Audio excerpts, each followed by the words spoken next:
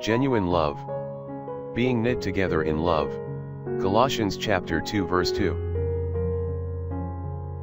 Thousands of young couples go through with a loveless marriage because no one ever told them what genuine love is.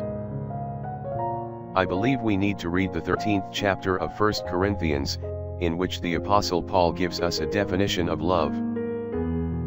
He says, "Love is patient and kind, love is not jealous or boastful, it is not arrogant or rude.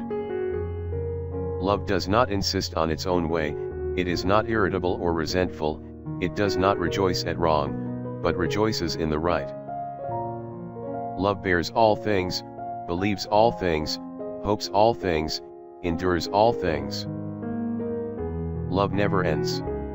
If people today knew that kind of love, the divorce rate would be sharply reduced. Prayer for the day. Lord Jesus, we need your love and forgiveness in our hearts, if we are to love